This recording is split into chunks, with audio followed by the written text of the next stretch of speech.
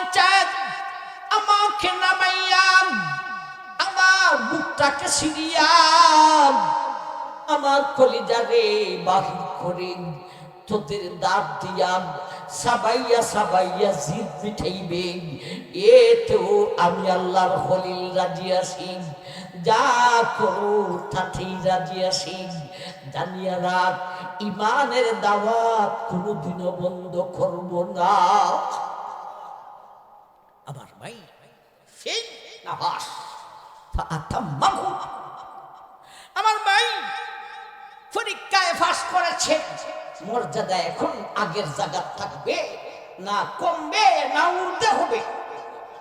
কি মর্যাদা বাড়লো? এরা বিপজ্জনক রশির মধ্যে হাত লাগাইছে, আল্লাহ গর্তের আগুনকে ডাক দিল। আগুনেও কি আল্লাহর আদেশ শুনে? সারা সৃষ্টি জগতে শুনে। তুসাব্বিহুস সামাওয়াতুস সাবউ ওয়াল আরদু ওয়া মান ফীহি। আল্লাহ আগুনকে ডাক দিল, ইয়া নারু কুনি বারদান ওয়া সালামান আলা ইব্রাহিম। আল্লাহ বললেন, হে গর্তের আগুন রে, হে আগুন রে আগুন, বালা কইরা শুইনা রাখ। আগুন রে, আমি আল্লাহ হলাম তোর মালিক, আমি আল্লাহ হলাম তোর সৃষ্টিকর্তা।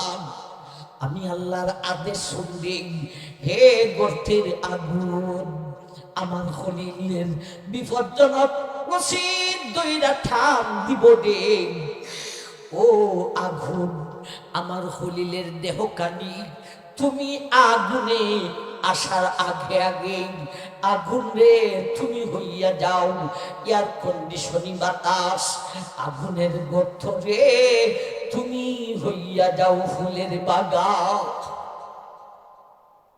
আমার ভাই বিপজ্জনক প্রসিদ্ধরা ঠান দিছে, আল্লাহর খলিল আগুনে পৌঁছার আগে আগে আগুন হয়েছে এয়ার কন্ডিশনিং বাতাস, গর্ত হয়েছে ফুলের বাগান। আমার ভাই 8-10টা দুশ্মন এটাই বেশি দুশ্মনী রাখত। এই 8-10টা একটু সামনে বাড়ছে গর্তের দিকে। উদ্দেশ্য হলো গর্তের কাছে যাইয়া মাথাটা ঝুঁকাইয়া চোখ দিয়া ইব্রাহিমকে দেখবো আর কিছু মজাক করব, কৌতুক করত। যেমন হইতো ইব্রাহিম রে দেখতো ইল্লাল্লাহটা কেমন লাগে, এইরকম কৌতুক করার জন্যে 8-10টা বড় দুশ্মন গর্তের কাছে গিয়া নিচে মাথা ঝুঁকাইয়া দেখে, আরে সর্বনাশ, এখানে তো আগুনের লেশও নাই। আগুন থাকবে দূরের কথা রে, এখানে এয়ার কন্ডিশনিং বাতাস। শুধু এয়ার কন্ডিশনিং বাতাসই নয়, এত মজার এয়ার কন্ডিশন আমাদের ইরাক কেন, ইরান কেন, পৃথিবীর মুখে এত মজার এয়ার কন্ডিশনিং বাতাস কোথাও নাই। পালাইলাম আগুনে, হয়ে গেল এয়ার কন্ডিশন। পালাইলাম আগুনের গর্তে, এইবারে দেখা যায় এখানে আগুনের গর্ত নয় রে, এই গর্তটা হয়ে গেছে ফুলের বাগান।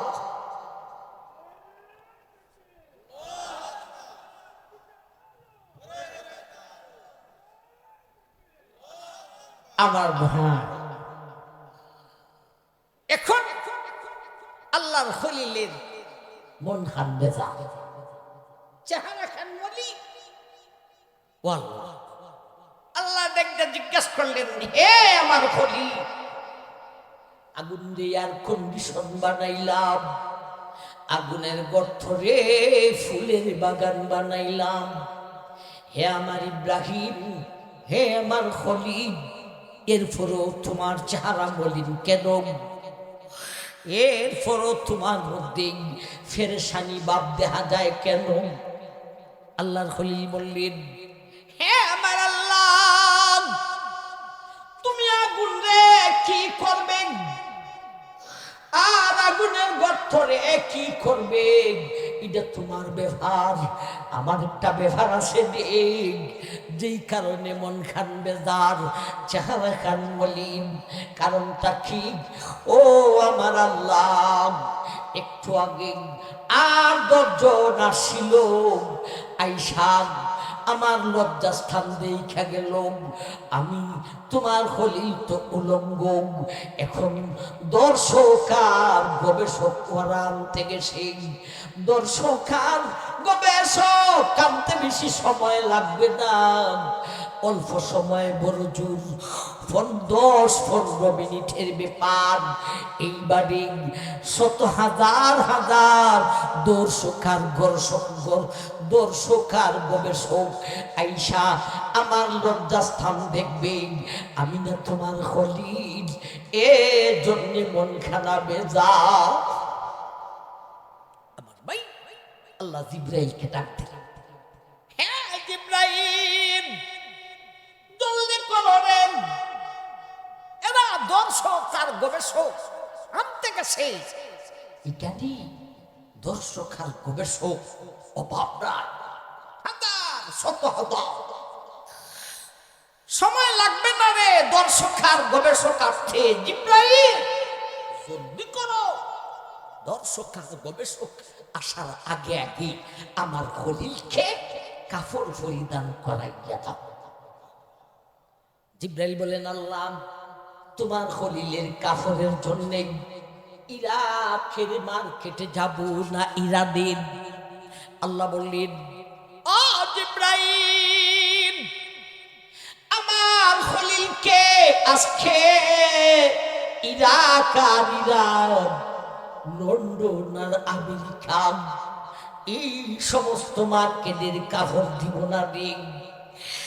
জানিয়ে রাখো জিব্রাইল রে, এই মুহূর্তে জলদি করে তুমি জান্নাতে যাও। দর্শক আর গবেষক আসার আগে আগে জান্নাতে গিয়ে আমার খলিলকে জান্নাতি 2খানা কাপড় আনিয়া পরিধান করা।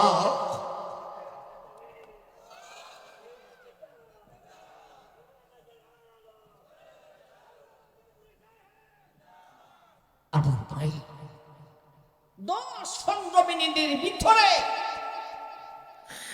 দর্শক আর গবেষক আসার আগে আগে জিব্রাইল জান্নাতে গিয়া জান্নাতি মার্কেট থেকে 2 টাকা হরাই না আল্লাহর খলিলকে পরিধান করাইয়া দিতে।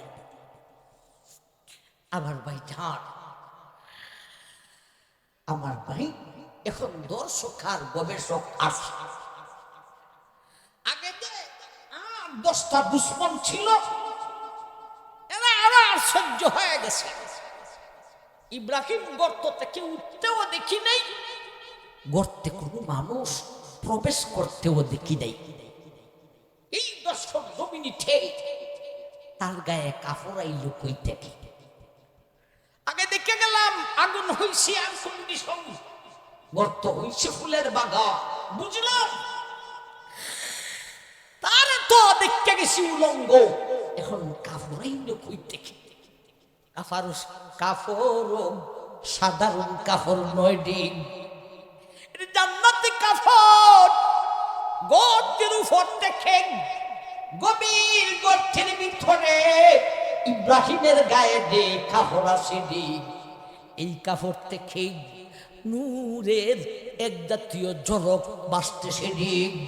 এমন কাপড় পৃথিবীর মুখে কোনো মার্কেটে না। মাশাআল্লাহ, আমার ভাইজান, তাইলে খলিলুল্লাহর মর্যাদা আগের জায়গা রইছে না বাড়ছে? কতটুক বাড়ছে?